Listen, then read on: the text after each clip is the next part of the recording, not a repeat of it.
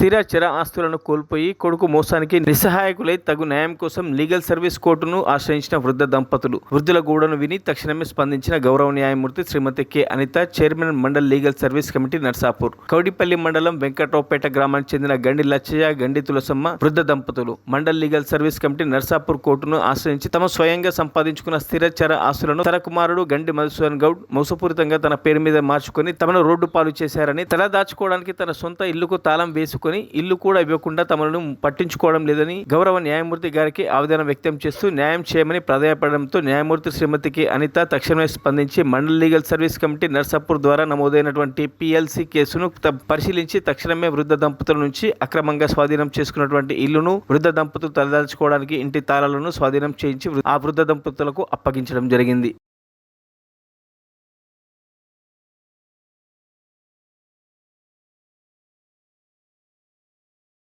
Photo తీసిన sir అయిపోయింది.